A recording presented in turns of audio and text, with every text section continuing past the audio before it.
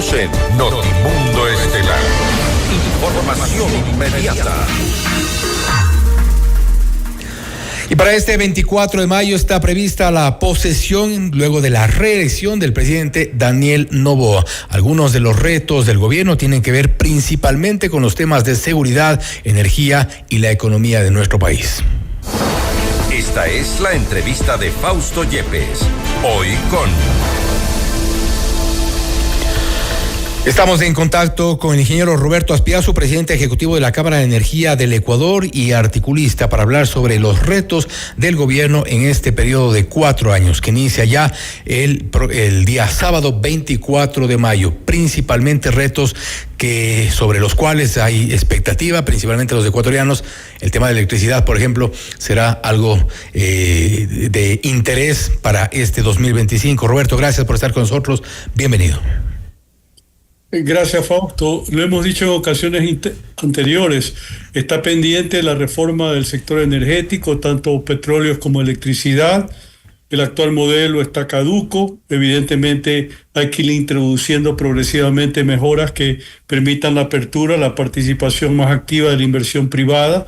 Justamente la carencia de esa inversión determina en este momento, por ejemplo, de que la producción petrolera esté decayendo, que todas las infraestructuras de Petroecuador sean obsoletas por falta de mantenimiento oportuno.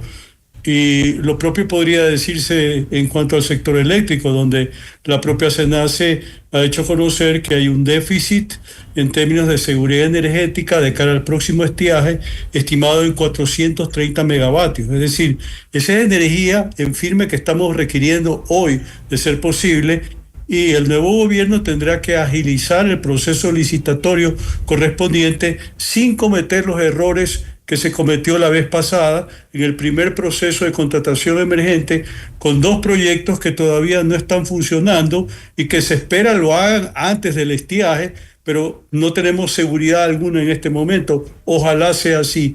De manera tal que son señalamientos muy puntuales respecto a lo que hay que hacer. En el caso de electricidad, nuevamente, no solamente en la parte de generación, sino también en transmisión. Ahí, desgraciadamente, el esquema de abrir a la inversión privada todavía no está suficientemente claro y probablemente necesite una reforma legal. Ustedes desde la Cámara de Energía del Ecuador han seguido muy de cerca lo que ocurrió durante todo el 2024, lo que va del 2025.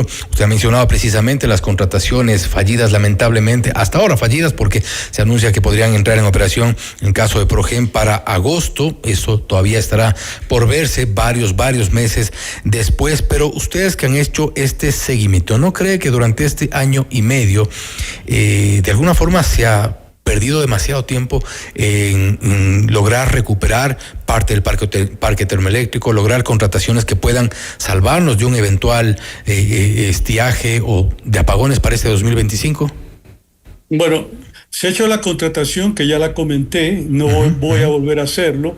Destacar la contratación de 2 barcazas, entiendo que hay 3, pero la tercera no tiene contrato. Ahí hay 200 megavatios que eventualmente pueden convertirse en 300, más allá que es energía cara, y desde luego alquiler, que supone que es un gasto de dinero que no va a suponer en el futuro una infraestructura fija que sirva en adelante en cuanto tiene que ver con la generación eléctrica que se está necesitando. En cuanto al parque termoeléctrico, ha habido recuperación, estimamos de unos 250 megavatios, pero si uno va sumando todo eso, resulta insuficiente. Y es la razón por la cual la semana pasada se hizo el anuncio de que se está retomando la contratación del segundo paquete de emergencia que se cayó a principios de este año por la falta de presentación de garantías de la empresa mexicana Worley, que había sido adjudicada. Estamos hablando de un paquete en su momento de 532 megavatios. Entonces, finalmente eso nos da la pauta por dónde tenemos que movernos rápido para evitar contingencias como los apagones que experimentamos el año pasado y que determinaron, entre otras cosas, que la economía del Ecuador se haya contraído 2% durante 2024. Así que hay que aprender de los errores pasados. pero yo creo que lo principal, insisto, hay que apuntar a cambiar el modelo, es demasiado estatista y burocrático y no me canso de repetirlo porque es la realidad. ¿Se ha hecho o se ha dado los primeros pasos para este anunciado? Lo anunció en su momento el exministro Goncalves, exministro de Energía, el cambio de la matriz energética. Esa era una de las prioridades, al menos era una de las soluciones que se planteaba para evitar este tipo de déficit de energía. Ya estamos anunciados que podría haber para este 2025, pero el cambio de la matriz energética es imperativo. ¿Y esto se ha dado ya los primeros pasos o todavía estamos un poco retrasados en eso? Es un concepto más integral.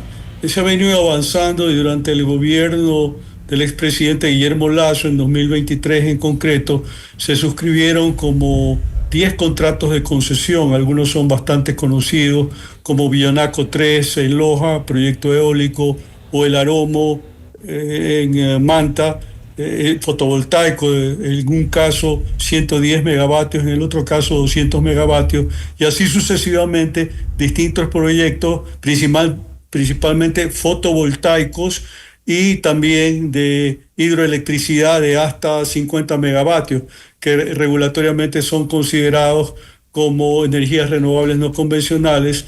Así que el camino está trazado, pero el problema ahí sigue siendo las dificultades que hay para garantizar el repago de la energía por el esquema de subsidios que prevalece, en donde finalmente no hay seguridad de que CENEL o las distribuidoras de economía mixta, 9 en total a nivel nacional, tengan la capacidad del repago, que es importante para fines de bancarización de estos proyectos. En líneas gruesas se estima que por cada megavatio es $1 millón, de manera tal que si uno está hablando de que ese es un paquete por lo menos en el orden de 800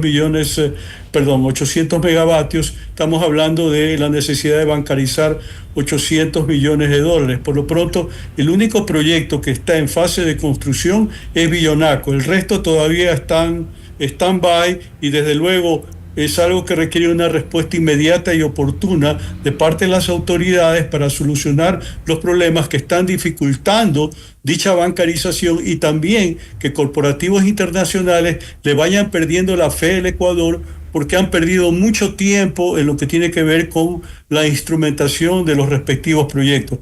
En el caso de El Aromo y de Villanaco, son proyectos adjudicados a fines de 2020, de manera tal que llevamos en esos procesos tanto como 5 años a la fecha, y recién está por construirse el primer proyecto cuya puesta en funcionamiento va a demandar aproximadamente 18 meses.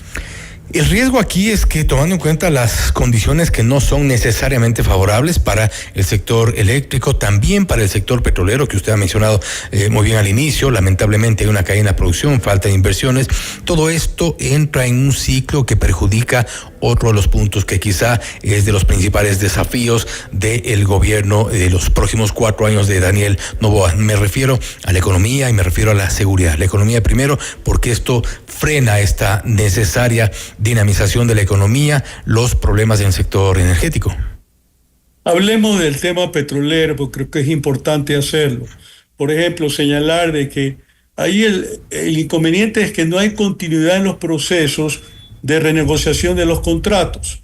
Usted tiene $1.300 millones sin inversión represada que puede darse de manera inmediata en la medida que uno cierre 6 contratos de renegociación en Petroecuador, 10 contratos en el Ministerio de Energía y Minas, que, repito, por distintos motivos, uno de ellos relacionados a que los grupos negociadores, a raíz de que se reemplaza autoridades, van cambiando, renuncian unos, se demoran en incorporar otros. Entonces, una renegociación que debería tomar en condiciones normales 60, 90 días, porque repito y enfatizo, es una renegociación, no es una negociación completamente nueva, pues termina durando año y pico, lo cual desde luego significa que hay un costo de oportunidad, porque si esa inversión se hubiera dado en su momento, en este momento ya, valga la redundancia, tendríamos ya señales de recuperación de la producción. En este momento estamos en menos de 470.000 barriles. En el plan de acciones que se presentó a inicios del presente año por parte del Ministerio de Energía y Minas, se proyectaba una producción de 580.000 para fines de 2025 y eso sencillamente no va a suceder. Ahora, esto nos pone frente a un problema necesariamente para el país. Dos de los sectores estratégicos en crisis, en problemas. Ya vemos también lo que ocurre con el sector de la minería. La minería ilegal ha ganado terreno a tal punto que ha mermado también la posibilidad de ingresos, recursos, de inversiones. ¿Cómo debería enfrentar el gobierno estos tres problemas que no son menores, que no son pocos y que son parte del sector estratégico? Yo no que me quiero meter en minería porque no es mi sector y de petróleos tenemos suficiente para hablar en esta entrevista, como por ejemplo decirle que el desafío es sacar en paralelo, pensaría yo, varias licitaciones al tiempo, pero desgraciadamente la institucionalidad del sector público no está preparada para eso, de que en cada caso se dispongan de términos de referencia que verdaderamente sean competitivos en términos de atraer a las corporaciones internacionales que puedan estar interesadas en participar. Estamos hablando de proyectos como por ejemplo pozos cerrados. Hay como 1.200 pozos cerrados en la Amazonía, de los cuales al menos 600 tienen todavía posibilidad de producción, pero ahí hay un problema de carácter normativo. Quiero decir con esto de que el inconveniente es que los pozos cerrados están dentro de bloques que han sido concesionados a terceros. Entonces tendría que haber algún tipo de regulación para determinar cómo esos pozos ya pues perforados, desde luego, pues puedan incorporarse a la producción a través de un tercero, porque hay digámoslo así, intereses en conflicto, indiscutiblemente. Lo propio podría decirse respecto al gas natural asociado, en donde sabemos que hay más de 300 mecheros que continuamente queman el combustible que debería ser aprovechado para la generación de energía eléctrica, en circunstancias de que el distrito petrolero amazónico está generando o requiriendo potencia en el orden de 500 megavatios que hoy por hoy se están generando básicamente con diésel y también con fuel oil, que es costoso, mucho más costoso que aprovechar ese gas natural asociado que finalmente se está quemando. También lo relacionado al gas del Golfo de Guayaquil. Por ahora la solución que se está dando es importar gas natural para abastecer Termomachala, mientras se hace un trabajo de workover, quiere decir de perforación asistida de carácter secundario, para elevar la producción del Campo Amistad, que está en unos 20 millones de pies cúbicos al día, hasta 60, 80 millones de pies cúbicos, que en su momento puedan llegar a suplir el requerimiento que en este momento se haría a través de importación de gas natural, que tendría que hacerse a través de facilidades portuarias, ¿no? De algún tipo de barco que tenga la capacidad de traer el combustible para suministrar gas natural adicional a Termomachala y elevar su producción de 128 megas actuales a prácticamente el doble, 250 megas. Ese es el objetivo, ¿no? Es un poco lo que está en juego. Entonces, siempre el dilema es cómo nos movemos paralelamente con las líneas de tiempo en lo que tiene que ver con la ejecución de estos proyectos. Estamos perdiendo mucho tiempo, ese es el mensaje de fondo, Fausto. Y creo que es importante lo que usted menciona, porque ahí también se ha dicho, hay una falta de gestión, una falta de estabilidad también en el sector petrolero, principalmente lo que usted menciona, que creo que es importante. Recordemos el año pasado un exgerente, el exgerente Guerrero, Diego Guerrero, él había pedido, él decía incluso en una entrevista, decía, yo necesito $100 millones para poder recuperar un poco la producción petrolera. La exgerente Marcela Reynoso, ella pedía que necesitaba recuperar 122 pozos petroleros que se podían recuperar la producción, y esto era importante también para mejorar un poco también los números. No obstante, se han cambiado, creo que son más de 6 gerentes en un año en Petroecuador, y esto ha generado esta inestabilidad, y lo que usted menciona, se perdió demasiado tiempo. Sí, la falta de continuidad de procesos, que finalmente eso revela la debilidad institucional de las contrapartes públicas que manejan sectores estratégicos en general y en particular los sectores que corresponden a la Cámara de Energía del Ecuador, que son petróleos y electricidad. Entonces, es un poco lo que le mencionaba y pongo énfasis de que tiene que haber continuidad en los procesos. El momento que se producen cambios en la gestión administrativa al más alto nivel, normalmente en los estamentos medio altos ocurre lo propio y es como se terminan desarticulando los equipos y los que quedan más abajo no son verdaderamente comprometidos con los tiempos de ejecución de la política pública correspondiente que necesita. Desde luego el tema de inversión, usted lo está mencionando. Uno de los problemas principales de Petroecuador, la empresa estatal, es que no tiene autonomía económico-financiera. Depende de las asignaciones del presupuesto general del Estado. Entonces, si no hay plata en el Ministerio de Economía y Finanzas, usted no va a poder llevar a cabo un proyecto de renovación de las bombas del oleoducto trasandino, del SOTE, porque sencillamente no tiene la asignación correspondiente. Y estamos hablando de una tubería que tiene más de 50 años de funcionamiento y que debido a su obsolescencia cuando se produjo el reciente derrame de Esmeralda fue básicamente porque las válvulas tienen que cerrarse manualmente. Entonces el tiempo que demandó esa acción finalmente supuso de que se derramaron 26.000 barriles de petróleo al río Esmeralda.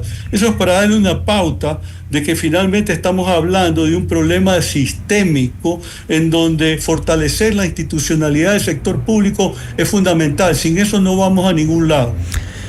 Estabilidad y continuidad creo que son es parte de la receta para poder avanzar en el tema petrolero, evidentemente también en el tema energético. Ingeniero Azpiazu, nuevamente, gracias por su tiempo, gracias por haber estado con nosotros.